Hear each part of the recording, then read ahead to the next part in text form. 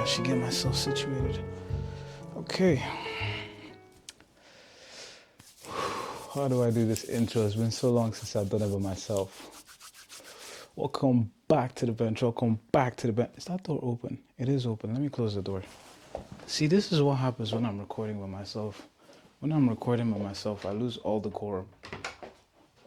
Yeah, the door is closed. But yeah. Welcome back to the bench. Welcome back to the bench. Welcome back to the bench. With your boy, Franklin Lucasin. It is so nice to have you. It is so nice to have you. This sip of tea, just for you. It is so nice to have you. Welcome back to another episode of The Bench. As you can see, there is no guest today. It is just me.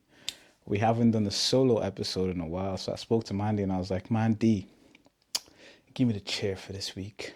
I gotta give him a little something, you know what I'm saying? Gotta give him a little razzle dazzle, you know what I'm saying? So we're back for the solo episodes. One time only. I mean, there'll probably be more to come, to be honest. But we're back for a solo episode today. And I'm so excited because I haven't gotten to talk to y'all one-on-one in a while. I've missed y'all. I've missed doing this.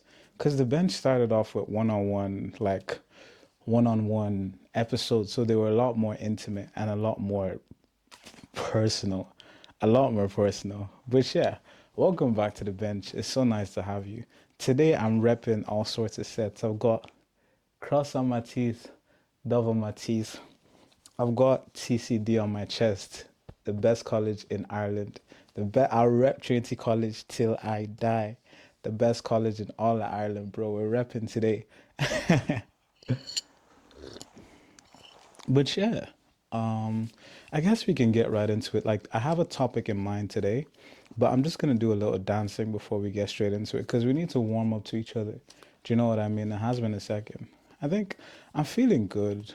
I'm feeling good. Like, my life has taken a strong pivot in a completely different direction in the last month, and I've been, I guess, getting used to a new flow of life, getting used to a new thinking process, getting used to new tasks, new ways to organize myself. So that's been cool.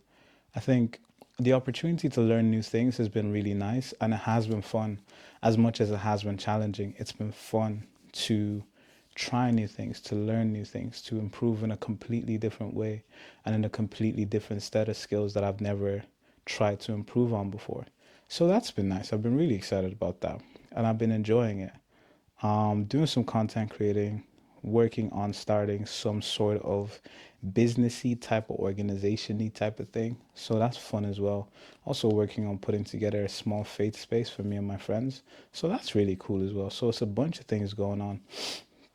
And I'll be excited to share them with y'all when they come to full fruition. I'll be very excited to share them with y'all.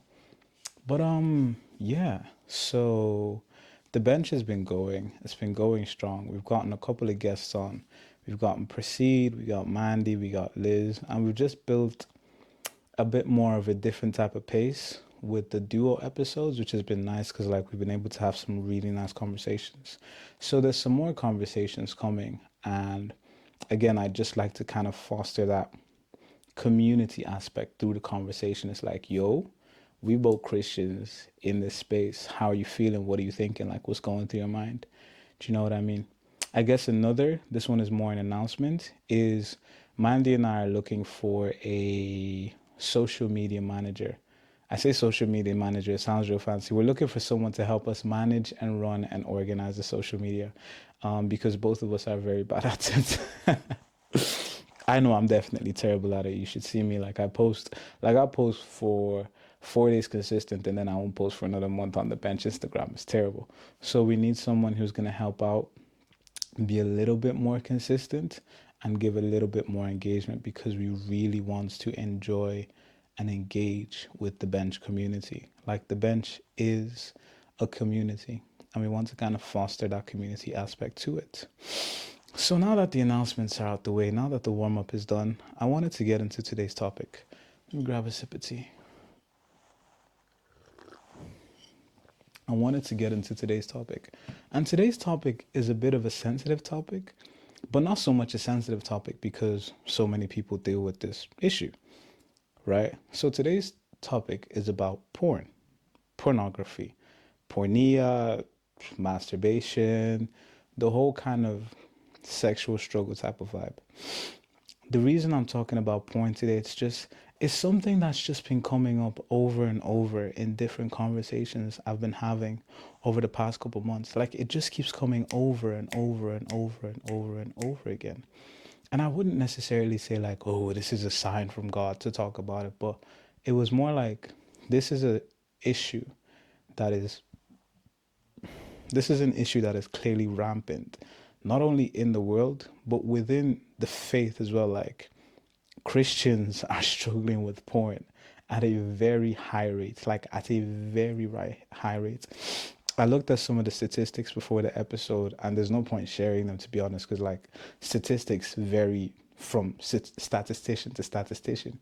So you can read one article and it says 50%, another article says 80%, another says 65%. So it varies, but the bottom line is a lot of Christians are struggling with porn. One of the things I'm gonna do in this episode is call it porn and only porn, because porn and masturbation. And the reason for that is a lot of people create these cute little pet names for porn to kind of like make the issue seem like less than it is. So people be like, "Yeah, I'm struggling with you know, like I don't know what this neck movement is supposed to tell me, you know? Like, oh yeah, I have a sin issue, or yeah, I just keep slipping up into like sexual da da da da da. It's like, no, like call it by its name. If we're gonna take the power away from it, we need to call it by its name. So what I'm gonna do on this episode is call it by its name. And that's something that was taught to me by someone who has helped me a lot out in this journey, someone who has acted as an accountability partner and a friend in this journey. And we were talking about my struggle at different points, and they were like, yo, call porn by its name. So that is the advice I would give you. First step, call porn by its name. If it's porn, just say it's porn, dog.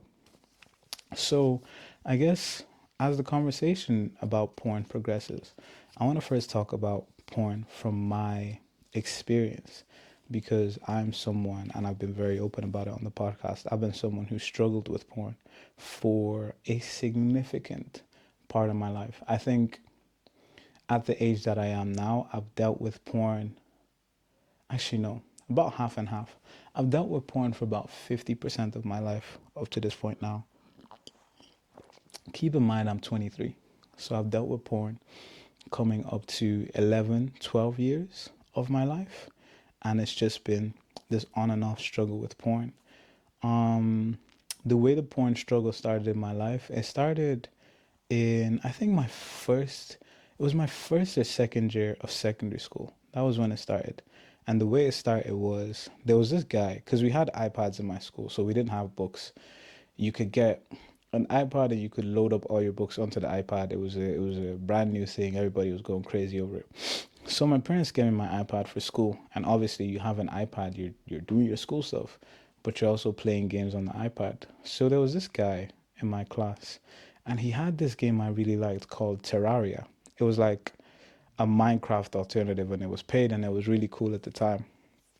And I was begging him. I was like, "Yo, please sign into your account on my iPad so I could get Terraria for free." I was begging him, "Please, please, please, please, please."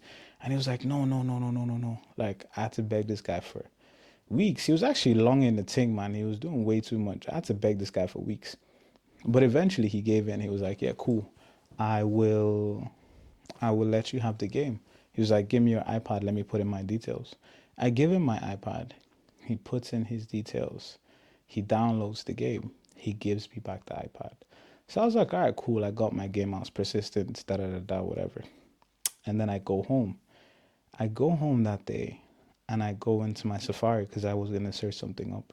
And I see that he had typed in porn and the website came up. And I was shocked because I was like 12 at the time. I was like, what the hell is this? This is disgusting. So like I just removed, like I swiped away really quickly. And I just went back to what I was doing and I didn't think too much of it. And then, but like I think there was an image I saw that just kind of imprinted in my mind straight away. Like I couldn't get that image out of my mind. And so I swiped away from it. And then I think like 2 or 3 weeks later, and a bunch of stuff had happened, but those ones are irrelevant. Like 2 or 3 weeks later, one day I was bored and I was really curious. So I went back and I typed porn again and I went into the website and I saw that same image from the first time that I had seen it. And that's when the struggle started. So, like, I was 12. This guy typed in porn on my iPad. I saw an image when I opened up my iPad that was completely accidental. And then it arose a type of curiosity in me. And then, like, 2 or 3 weeks later, I went back. So I went back, and that was when I started watching porn. For the first, I'd say for the first 2 years of the struggle with porn, I didn't actually masturbate. It was just straight watching porn. Literally just turn on my iPad and watch people have sex. It's crazy. Like, I say it now, and it's crazy when I think about it. But that's all I was doing because I didn't even know that masturbation was a thing. Like, I didn't even know what that was. So, I was 12 years old. I would turn on my iPad, I would go on these porn websites, and I would just watch people have sex. And obviously, like, I had some level of faith in God. Like, my parents used to take me to church, so I knew it was wrong. I didn't even need them to take me to church to knew it was wrong. Like it felt like my inner conscience was screaming at me. Like there was this overwhelming sense of guilt and shame that came with watching porn. Like instinctively, I knew you don't watch porn around people. You only watch porn when you're alone. You only watch porn in the dark. You don't share your porn use. Like instinctively, all these things are just imprinted in my brain. As a 12-year-old, I'm like, you don't tell anyone you do this in secret. This is just like a secret guilty pleasure or whatever. And so I used to watch porn. And I think as it got, like, as it continued, I really wanted to put a stop to it because I knew what I was doing was wrong. Again, wasn't like, didn't have any, let me say, faith connection to God at this point. Like, I'm 12. It wasn't because my parents said it, wasn't because my cousin or any of my friends at the time. I just knew that this was wrong. So I was like, okay, let me try and stop. So for 2 weeks, I went cold turkey. I am not watching porn any longer. And for that 2 weeks, it was literally straight willpower. And I was like, I'm not watching porn. I'm not watching porn. I'm not watching porn. I'm not watching porn. And then at the 2 week mark, I broke. I went back, started watching porn again, went in even deeper this time. And so from ages 12 to 14, on and off, I'm watching porn. And like all these different types of porn, all these whatever, 12 to 14.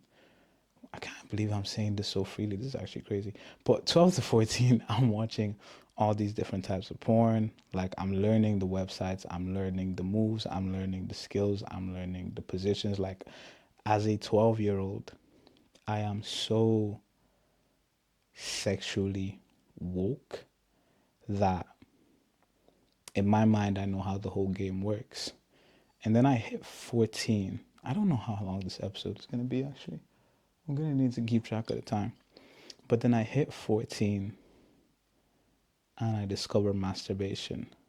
That's when the struggle really got worse. So, like, 12 to 14 is just watching porn and experiencing that sexual high. And then 14 onwards is discovering masturbation, where that sexual high literally skyrockets. Like, and anybody who watches porn and struggles with masturbation knows that, like, when you discover masturbation and you link that up with porn, you might as well have discovered crack cocaine. I'm not even joking. You might as well. You might as well have discovered crack cocaine, the strongest kind. So like I discovered masturbation and it was just this instant high. It was just this instant click. And I couldn't get enough of it. Couldn't get enough of it. So I was watching porn and masturbating multiple times a day. Literally just going like When I say going, I was going. Like I genuinely just couldn't stop. It was, I wouldn't even call it, it was like an insatiable desire. It was just more that the high that I was getting from it was so addictive. So I literally just kept chasing that high with every video, with every second round, or whatever you want to call it, like with everything. I was just chasing that high, chasing that high, chasing that high. And that took me to a very dark place. Like as a 14-year-old, you're just figuring out life, you're just figuring out yourself. And then you discover this highly addictive thing that is completely destroying and rewiring your brain. And there's so much shame, there's so much guilt, there's so much anxiety, there's so much anger, there's so much fear. So a lot of my teenage years were spent anxious and fearful because I was consuming so much porn. Because one of the things with porn is it's hard to be genuinely self-confident when you're consuming so much porn. It really is. It's very hard to be self-confident when you're watching porn because it erodes your self-confidence, your ability to stand tall and to back yourself. Because like I don't even know how to explain it, but because of there's so much guilt and shame that because of porn puts so much of a weight of guilt and shame on you when you watch it, you almost kind of carry that weight of guilt and shame. And that leads into so many different issues like anxiety, body image issues, like issues with how you see yourself as a person, self esteem issues. And because of that, it's so difficult to stand tall and have any sort of confidence. And that was how I spent most of my teenage years, just lacking confidence, lacking strength, lacking the ability to speak up for myself. Like, I could describe it as just being hunched back the entire time, just looking around, like, hoping nobody would take notice of me, you know? So it was a really dark time. Man, it was a really dark time. I genuinely can't put into words how dark that time actually was. It was such a dark time because it felt like my entire life revolved around the next time I was going to watch porn. I wake up, I'm thinking about porn. I'm in school, I'm thinking about porn. I'm eating, I'm thinking about porn. I'm about to go to bed, I'm thinking about the next time I'm going to watch porn and which actress I'm going to watch and what style of video I'm going to watch. It consumed my entire existence. So that's my background with porn. And I say that not to give too much information, but to give some context to why I'm having this conversation about porn today. It is not something that is foreign to me. It is something that I know of very well and something that I've struggled with for a very long time. For a very long time. So I don't come here as someone with information, I come here as someone with experience, right? And that is the reality of so many of us, Christians and non Christians. That is the reality of so many of us. By one way or another, we get exposed to porn and it literally takes over our life. And the reason I use the word takes over is because when you discover something as addictive as porn as a child, you don't even have the mental structure to be able to create the barriers that will protect you. So you are just enveloped by this wave of sex and just sexual excitement. Like the whole thing just consumes you because you don't even have the self control to manage yourself, let alone to manage this thing that is taking over you. And that is what has happened to so many of us. So many of us have discovered sex and discovered porn at such a young age. We've been sexually awakened, and it's followed us up to the point where we're adults and we're constantly having to fight this battle of suppressing that and choosing to say no to porn. Do you know what I mean? So I guess that covers the background side of things. So we're going now into the current side, the struggle in the current. So years and years of pornography addiction, all that kind of stuff. And then coming into the last few years. So I gave my life to Christ when I'm 18, 5 years ago. Gave my life to Jesus Christ. Long before I gave my life to Jesus, I knew that porn was wrong. Porn was probably the thing that even brought me to Jesus' feet in the first place, because my prayer was, Lord, please take this porn addiction away from me. Do you know what I'm saying? So that was the prayer. And so I become a Christian, and I'm still struggling with porn. And it was a whole like, yo, wait, I thought Christianity was gonna take this porn thing away. Like, am I tweaking? Do you know what I'm saying? I thought Christianity was gonna take this porn thing away, and then it didn't. So there was even more guilt and more shame and more disappointment in myself. I thought, if I read the Bible hard enough, the porn is gonna go away. I thought if I pray hard enough, the porn is gonna go away.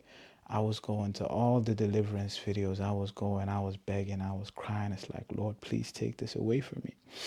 And it just didn't seem to happen.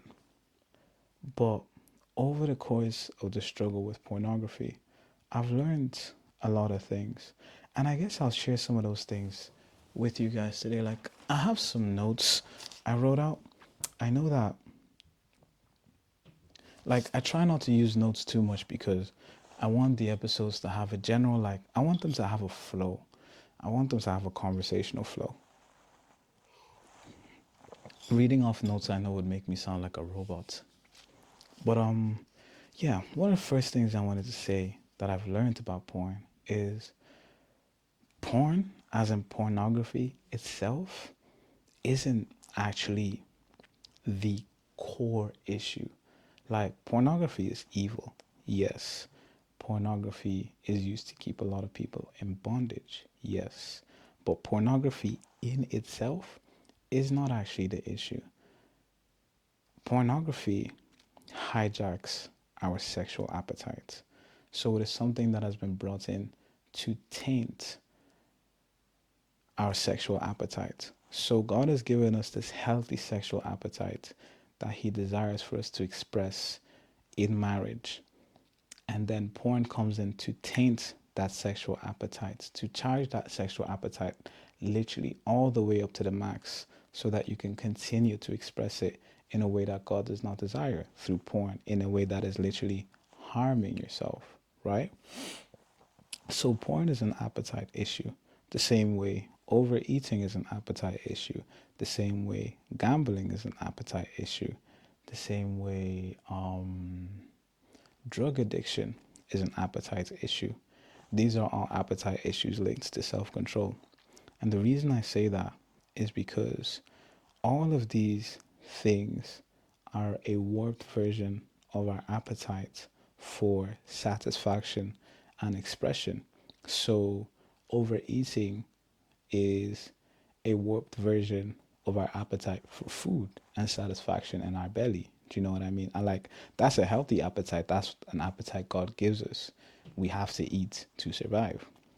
In the same way, God gives us this sexual appetite, and it's a healthy sexual appetite. It's a healthy sex drive. There's nothing wrong with having a sex drive. But what porn does is it ramps it up all the way to the max. It's like if your sexual appetite is a normal graph that is just level, porn shoots it all the way to the max. So it completely fries your sexual receptors, and it also completely warps your perception of sex is and what healthy sex is supposed to be. And so one of the things I've learned is that because porn is an appetite issue, then porn has to be addressed as an appetite issue.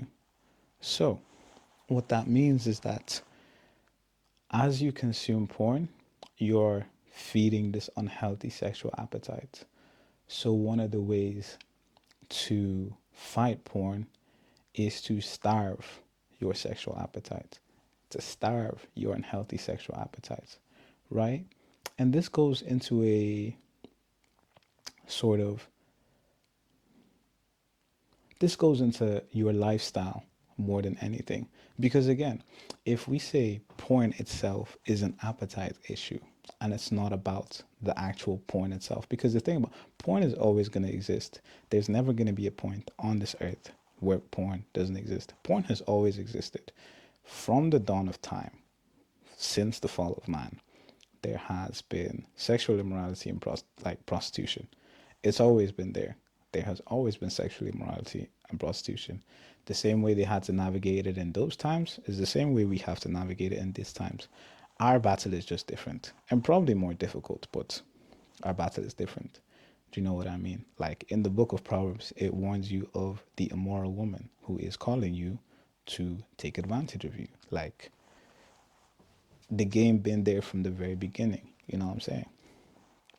So if we address porn as an appetite issue, if we say porn itself isn't actually the core issue, the core issue is more the fact that my sexual appetite has been tainted and taken advantage of, then one of the key ways to fight is by reclaiming a a healthy sexual appetite, which can be done by starving your sexual appetite.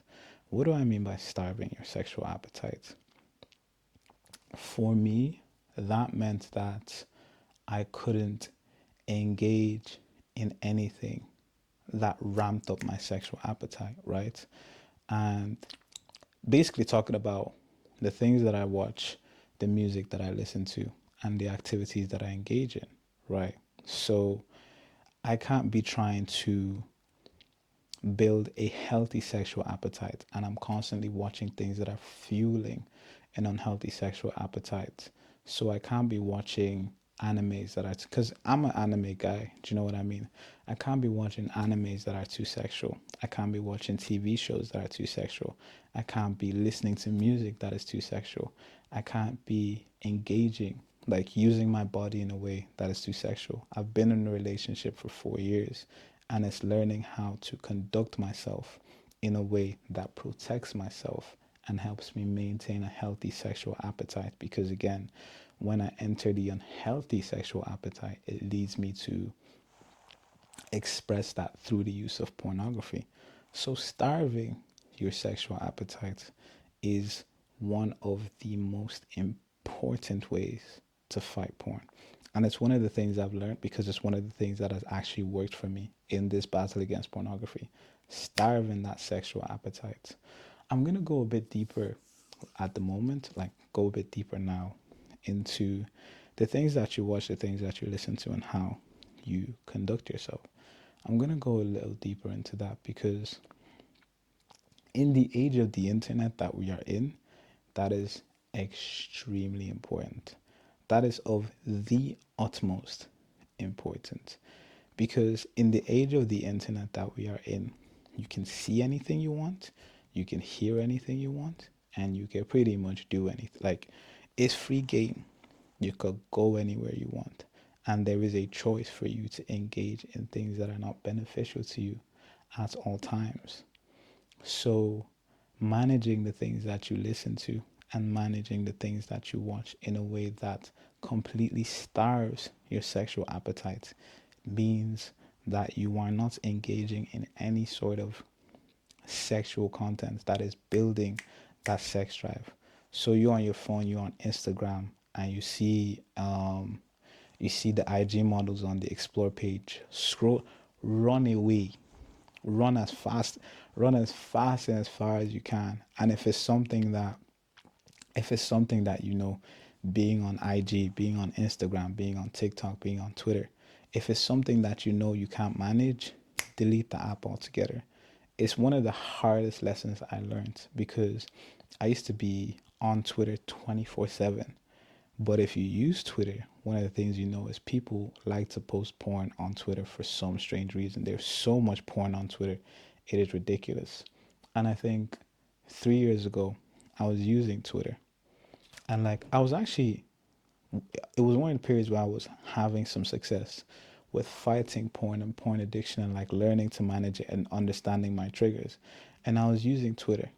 And then one random day I saw something that triggered me and I slipped up. I watched porn. I masturbated.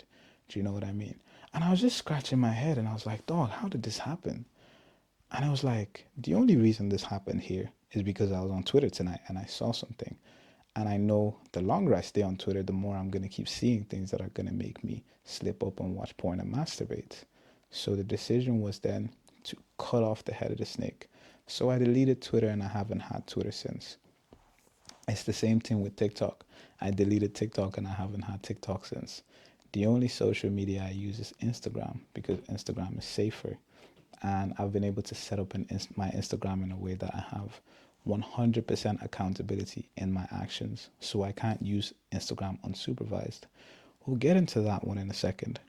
But this mindset is motivated by some words that Jesus said. I need to grab my phone. My phone should have been on the table. I need to grab my phone so I can actually pull the words up. It's words you'll recognize because they're kind of trending at the moment because of Philip Anthony Mitchell. What a guy. But I'm going to pull them up.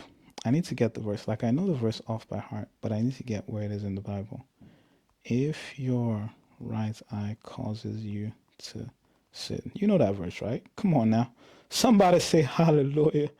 All right. So it's verse Matthew 5 verse 28 to 29. And you know how we do on the you know how we do on the bench. If you got a Bible, pull out your Bible, right? So we're going to Matthew 5 verse 28, right? So we're going to Matthew 5 verse 28.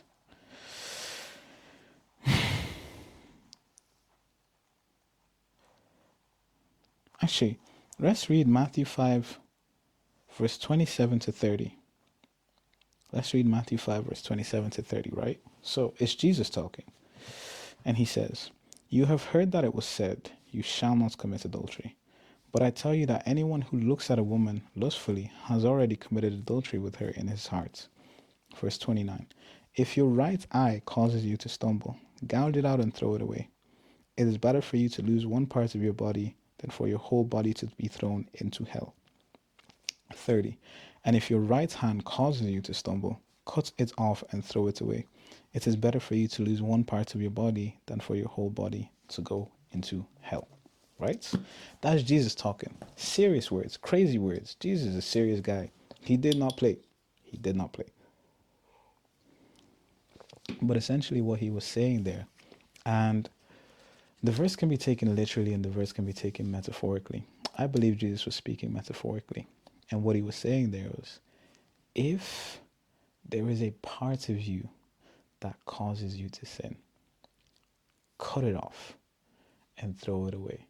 Because it is better that that part of you be thrown away than your whole body suffer the consequences of the sin that you continue to commit. So we take that into the realm of movies, music, social media, all parties, all the things that could cause you to stumble and fall. And it could also be simpler things that, like, there's a whole list of them that exist.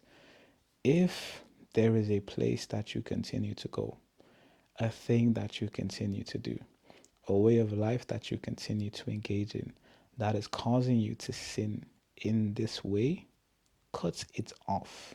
Because it is better you cut it off and be able to live the type of righteous life that Jesus described than you continue to suffer. It is better you cut it off and be able to enjoy the fruits of righteousness that he has imparted into you than you continue to suffer, than you continue to struggle, than you continue to fight. Because one of the things about porn, one of the things about porn addiction is oppression. Porn addiction is one of the ways that the devil oppresses people. It is a literal form of oppression because when you struggle with porn, your ability to control yourself is limited. So you are a slave to your appetite. You are a slave to your sexual appetite. So you are being oppressed. And through that oppression, the devil can hit you with anger, shame, guilt, self-esteem issues, worry, fear. Like, it's a whole list, and I could speak on these things because I've spent so much of my life in that space. Like you get the temptation to watch porn, and it's like, oh, this exciting feeling, like I get to be, what you call it, I get to receive some sort of sexual satisfaction. And so you go and you watch porn and you masturbate, and at the end of it, all you feel is shame and guilt. And it's literally like your entire confidence is shot. You just feel terrible. And that is one of the devil's weapons against you. Because can if the devil can influence you to act in a way that consistently kills your confidence, that consistently kills your self-esteem, that consistently kills your ability to be courageous and be brave and be strong, he doesn't even have to stand in the way of your dreams and aspirations. You'll do that for yourself. He doesn't even have to stand in the way of your faith. You'll do that for yourself. He doesn't even have to stand in the way of your relationship with God. You'll do that yourself. Because it's like, if I'm living in a way that I know is unbecoming of who I am as a Christian, it's harder for me then to even press in into my faith. It's harder for me to press in into my dreams. It's harder for me to press in into my aspirations because I feel like such a terrible person already. Do you know what I'm saying? So it's like, and I say these words carefully, it is such a good weapon against you because it is so powerful. Porn is such a good weapon against you because it is that powerful. If the devil can get you to continue living a life where you are consistently living below who you know you are supposed to be, where you continue living in shame, in guilt, in fear, anxiety, bruv, he don't even have to do nothing else. Like, he doesn't even have to do anything else. The self-sabotage is going to be done all by you, because why are you going to take the leap of faith when you don't even believe in yourself? Do you know what I'm saying? So that was a bit of a spiel, but the key thing is porn is an appetite issue. So to fight porn, you have to starve your sexual appetite. That takes me into the next thing: starving your sexual appetite.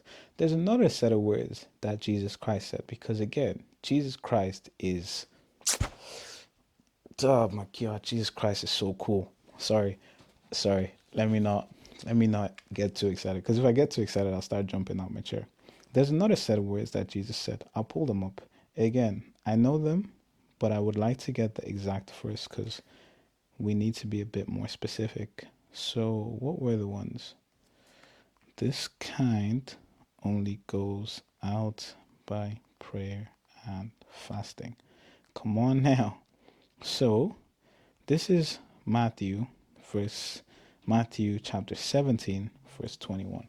So let me put it up on my Bible.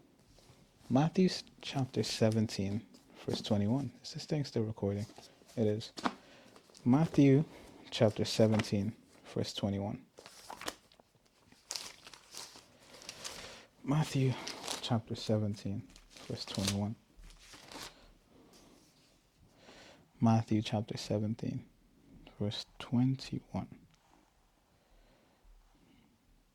There is no verse 21 in my NIV Bible. That's interesting. Ah, yes, there is no verse 21 in the NIV Bible. Okay. But there is a verse 21 in the KJV. Let me pull up the KJV. LMNOP. ABCDEFG. Ah, okay. That's it. So let's read the full set of verses, right? So Matthew 17. Matthew 17. So, some context to this verse. A demon possessed person was taken to the disciples. Disciples were unable to cast the demon out. So the disciples go to Jesus. Jesus casts the demon out. And then Jesus is speaking to them. So we could go from verse 18 to verse 21, right? And this is Jesus speaking. So, and Jesus rebuked the devil, and he departed out of him, and the child was cured from that very hour. So it was the demon possessed child. Jesus rebuked the demon left the child, right? Verse 19. Then came the disciples to Jesus apart and said, why could we not cast him out? Verse 20. And Jesus said unto them, because of your unbelief. For verily I say unto you, if ye have faith as a grain of mustard seed, ye shall say unto this mountain, remove hence to yonder place, and it shall remove, and nothing shall be impossible unto you. Verse 21. Howbeit, this kind goeth not out but by prayer and fasting. So verse 21 is our key verse. Howbeit, this kind goeth not out but by prayer and by fasting. Let me pull up a different version to kind of hit that point home a little bit more. So if we look at verse 21 on the AMP version, it says, but this kind of demon does not go out except by prayer and fasting. So I'm going to hold fast to that one because that was a verse I used to like to ignore. That was a verse I used to try and act like it didn't exist. I was like, oh, prayer and fasting, what that is? I don't know what that is. You know what that is? I don't know. Ooh. I used to pretend like that verse didn't exist. But in those verses, what I believe Jesus is saying is there are some demons, there are some struggles, there are some battles in our life that cannot be won without prayer and fasting. And I learned this the hard way because I used to try and do this whole thing without prayer and fasting. And I was wondering why I was so ineffective in my own strength. Surprise, surprise. But prayer and fasting is such an amazing weapon in the fight against porn addiction because it's two things. Prayer is communing with God and calling on his strength to fight this battle. And fasting is a method of denying yourself and starving yourself of a natural desire that you have. Now, that part is important because earlier we were speaking about how porn is what was the word again? Porn is a sort of warping of your natural sexual desire. So your natural sexual desire has been tainted, and the only way to restore it is to starve that sexual desire so you can reach a natural baseline. And fasting is a method of doing that, but fasting works with doing it with your desire for food, your appetite for food. So fasting starves your natural appetite for food, giving you a newer baseline.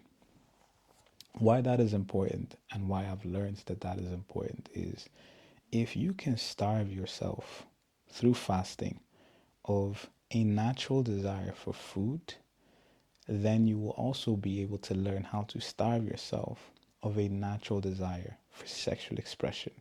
So if you can say no to food when you're hungry, you can say no to porn when you're horny.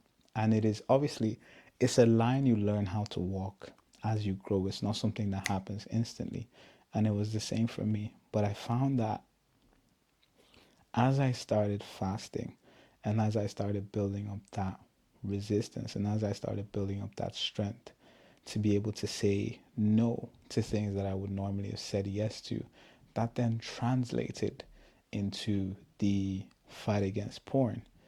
Because after I've said no to food when I was flipping starving, it's also then like that allows me to build up a level of self control to then be able to say no to porn when I feel that level of that sexual desire bubbling within me.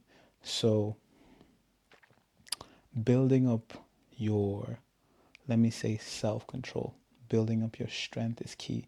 And one of the best ways to do that is through prayer and fasting.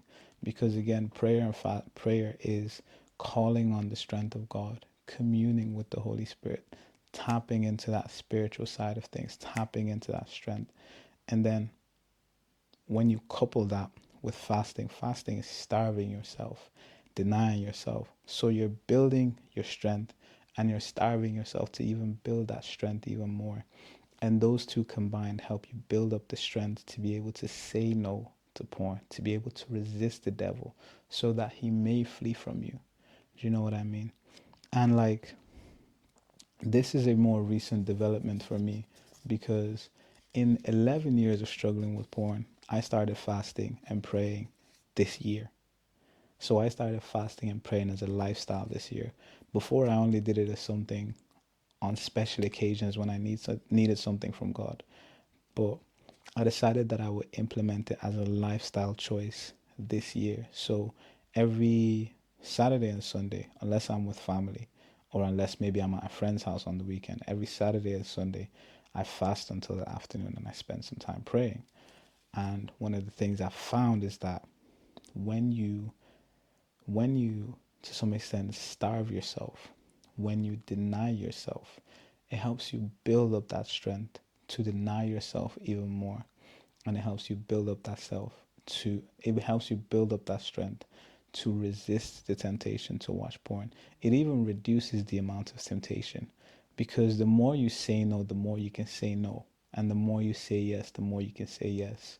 So it's a bit of a tug of war and it's a constant, it's like you're just consistently gaining territory over the devil little by little. You're gaining your territory back. You're getting your get back. You're fighting back. And as you walk this line, you realize more and more that it's a fight that is winnable. But you need to start implementing these practical steps. Do you know what I'm saying? So that's step number 2. Step number 1 was being mindful of what you watch and what you listen to, starving that sexual desire. Step number 2 is praying and fasting. Step number 3 is a very important step as well. And it is also a vital step. And I'm not saying as these steps isn't like, oh, these are the keys to the streets, but these are the things that have helped me the most because as I sit here now, I am the most free from porn and masturbation as I have ever been in the last 11 years. Like, I can sit here and say that I'm free. And that doesn't mean I don't get tempted. I still get tempted very often, but my ability to say no has been greatly increased. And there are days that it's a struggle, and there are days that it's still a fight. But my ability to say no, that strength, and it's something that's only really happened this year, but that strength has greatly increased through the application of these tools that I feel that God has given all of us to use, you know? So the third step is accountability. The third step is accountability. And what that means is letting somebody know you're struggling. Letting somebody know you're struggling. The third step is accountability. And what that means is letting somebody know you're struggling. That is, would I say that's the most important step? I don't know, but it's extremely important. And it's been extremely important to me or for me. Letting somebody know that you are struggling. Letting somebody know that you're struggling. And the reason for this is porn can only grow in darkness. Porn use can only grow in darkness. You only you only watch porn in the dark. Do you know what I'm saying? Like nobody watches porn when other people are around, unless you're a fiend, unless you're Didi himself. But people don't watch porn when they're in the dark. Porn use only increases in the dark. Do you know what I'm saying? So when you shine a light through accountability, when you tell someone, yo, I'm struggling, this is what I'm struggling with, the struggle immediately reduces because now there's a light shown on this situation. Now there can be accountability. Now there can be healing because you have opened up this this dark space in your life and you have shown a light into it. And accountability was something I ran away from when it came to porn for so long. And I ran away from it because I wanted to I wanted to win the battle against porn in my own strength so I could be able to say I won the battle. I never wanted anybody to know I was fighting. So I wanted to fight the battle in the dark and win the battle in the dark so nobody ever gets to know that I had to fight this battle.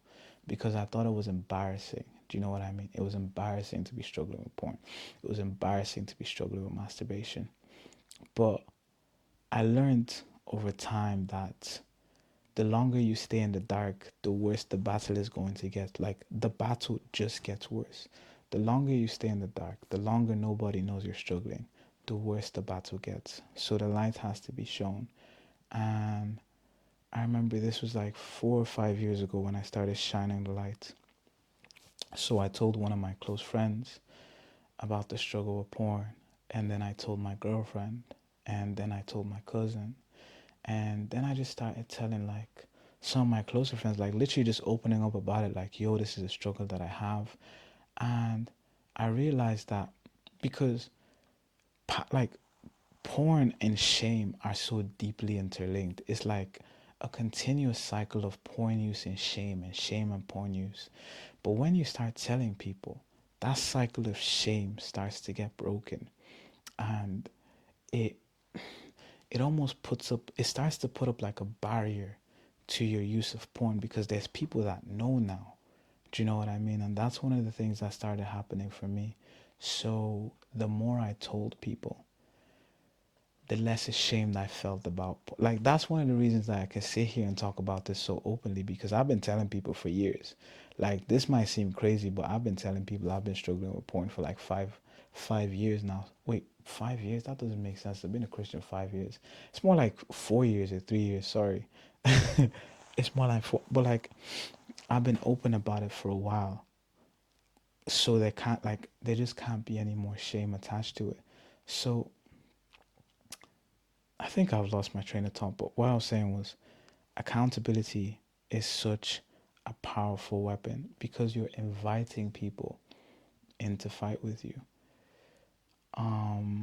There's a verse in Proverbs about two people standing back to back and fighting together. Let me pull that one up. Uh, Verse in Proverbs about fighting back to back. Yes. Ewe. No, that's not the one.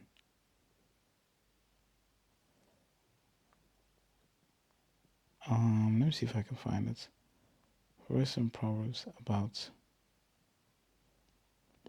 verse in Proverbs about fighting as a team. Damn. Is it here?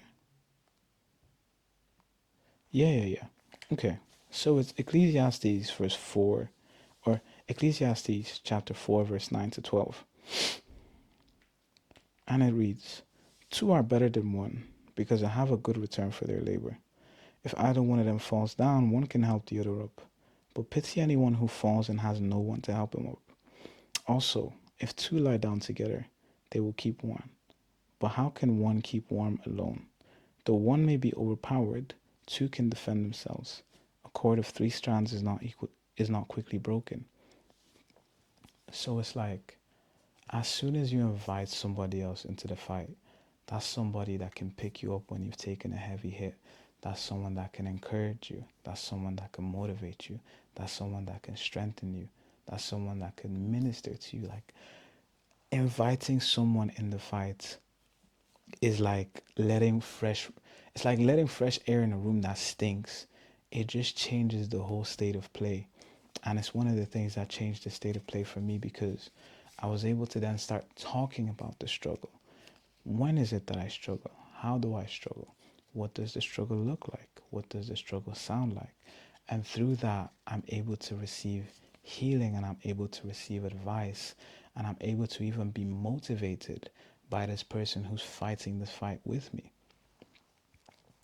I realized, I guess more recently, I realized that one of the reasons a lot of people refuse to invite people into the fight with them against pornography is pride. It is simply just pride. Like, I was looking at the definition of pride before this because I wanted to like have a clear understanding. So I'm going to pull up the definition of pride.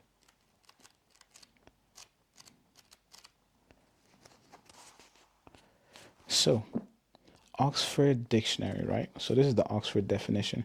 There's four definitions because pride can, like, there's different ways to describe pride, but I'm going to read number four. Pride, the feeling that you are better than other people, right? So, pride is defined as the feeling that you are better than other people. And one of the reasons people don't seek out accountability when it comes to pride is because, yeah, the reason people don't seek out, or a lot of people don't seek out accountability when it comes to porn, is because they feel that they are better than other people. So it's like, why would I show you my struggles? Me showing you my struggles is gonna knock me off this pedestal. It's gonna it's gonna change your perception of me. It's gonna change how you see me. It's gonna put me in a vulnerable position because you're gonna see, oh, this person isn't as strong as I thought they was. This person isn't who I thought they were. Do you know what I mean? So it's like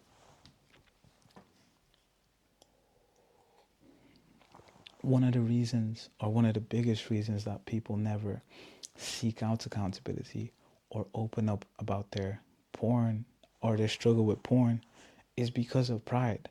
As much as you could call it, oh yeah, I just want to deal with it, and oh, I don't want to bother anyone. Nah, it's pride. It's just, it can only be pride because under what circumstances is help available to you, and you know that the help would make a difference, and you refuse the help, it can only be pride. So pride keeps a lot of people in bondage because asking for help is going to knock them off this pedestal that they have, or it's going to open them up to a position of vulnerability. So they'd rather just suffer in silence. And I guess what I have to say to you is, if that's you, don't let that pride, that pride will kill you. You will continue to suffer in silence until the day that you die. Do you know what I'm saying? Accountability opens up so much room to freedom. I wish I could describe. And it's literally like a weight is taken off your shoulders. That weight of shame and guilt is taken off your shoulders. Another thing when it comes to accountability is, you would be surprised. Oh my God. You would be surprised how many people are actually struggling with porn. You would be surprised how many people you know are struggling with porn.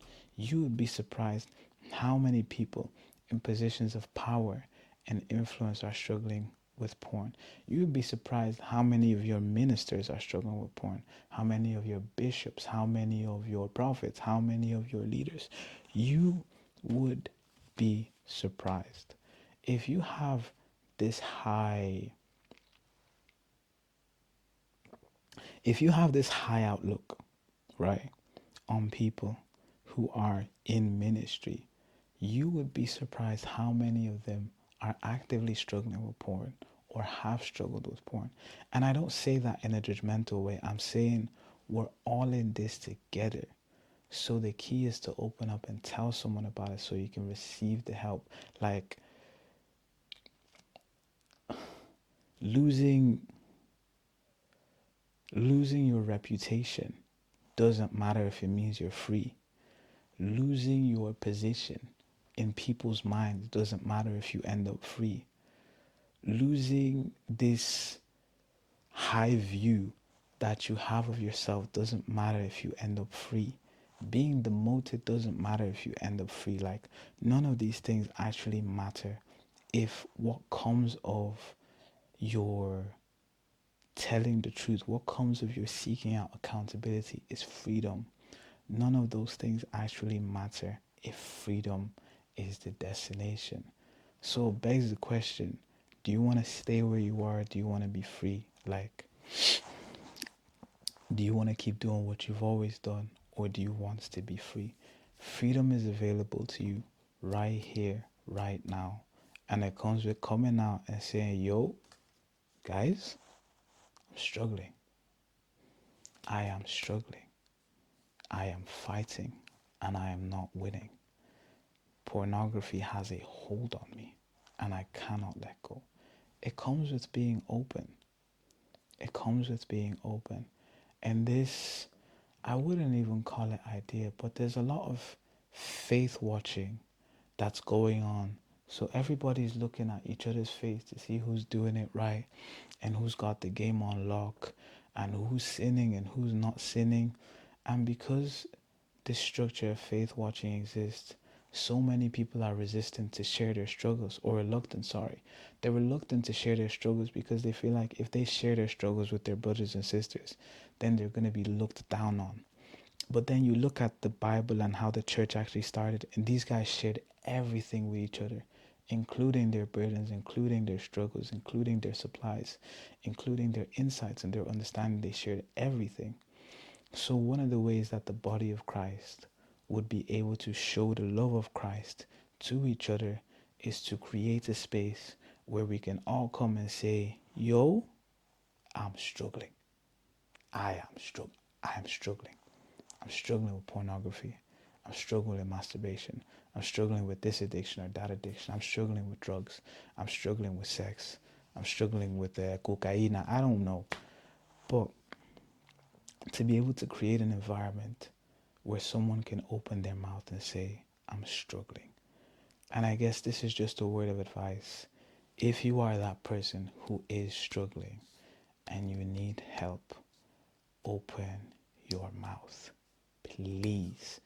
If you take nothing else from this video, take this. Open your mouth. Jesus said some more cool words. I'm going to pull them up. This is going to be the last part of the episode.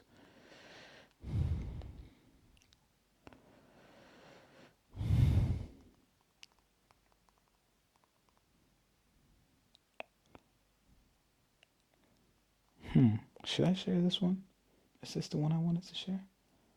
Wait, I'm looking for something that coincides with opening your mouth and telling the truth. Aha, that's the one.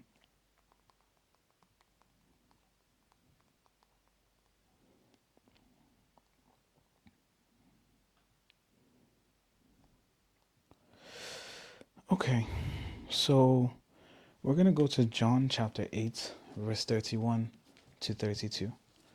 We're going to go to John chapter 8, verse 31 to 32. So Matthew, Mark, Luke, and John. John chapter 8, verse 31 to 32. John chapter 8, verse 31 to 32. So, to the true descendants of Abraham. So, verse 31. This is NIV version. To the Jews who had believed Jesus said, to the Jews who had believed him, Jesus said, if you hold to my teaching, you are really my disciples.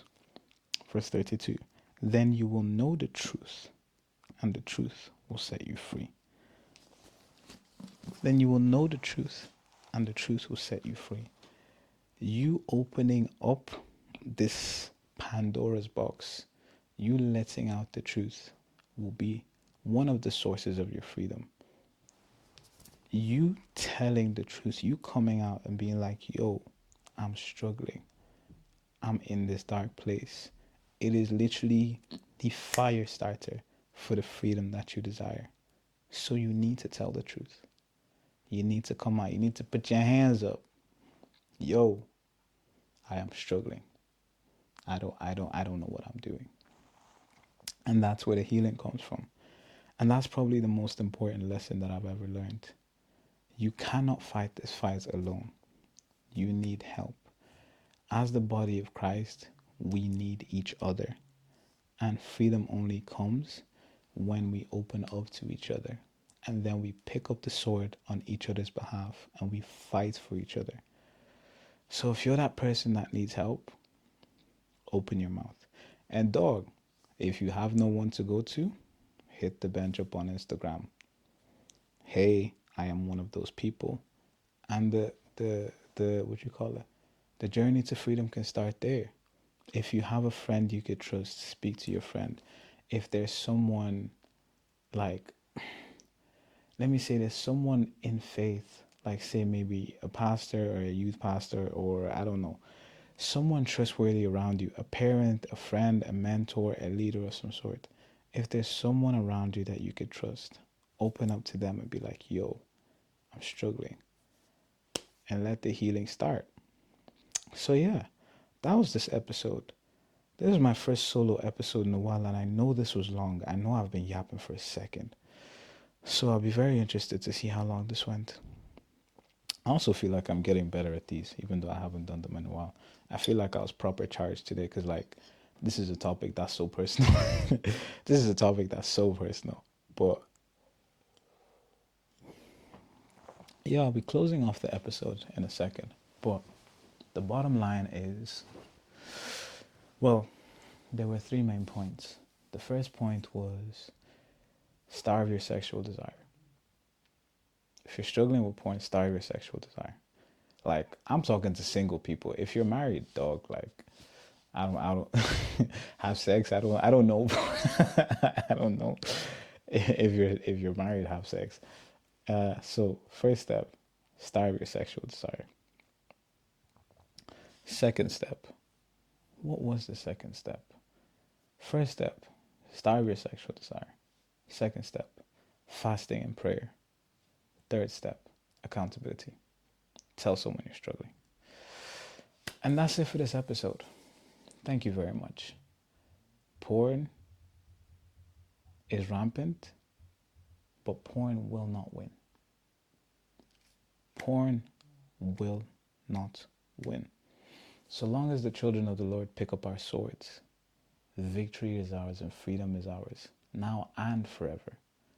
Porn will not win, but the battle against porn starts when you pick up your sword and you enroll your brothers and your sisters to fight with you. Okay? Very good. Oh my gosh, it's so late. I need to go and take another cup of tea and I can go to bed. Alright guys, actually wait. I'll talk to you later. Bye bye.